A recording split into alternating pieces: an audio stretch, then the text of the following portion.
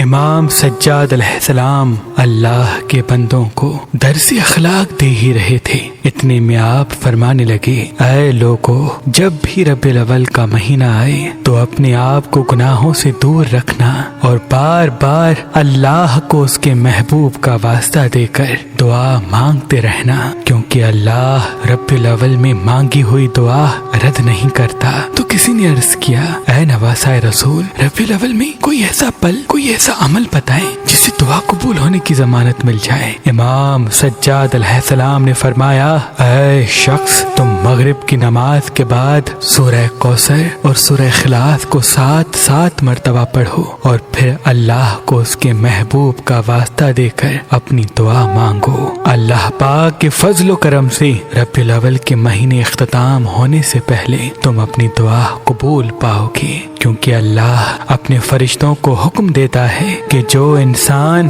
ربیع الاول میں ہاتھوں کو اٹھا کر میرے محبوب کا واسطہ دے کر جو بھی دعا مجھ سے مانگے، چاہے اس کی تقدیر میں ہو یا نہ ہو، اے فرشتوں، اسے فوراً عطا کر دینا، اسے فوراً عطا کر دینا۔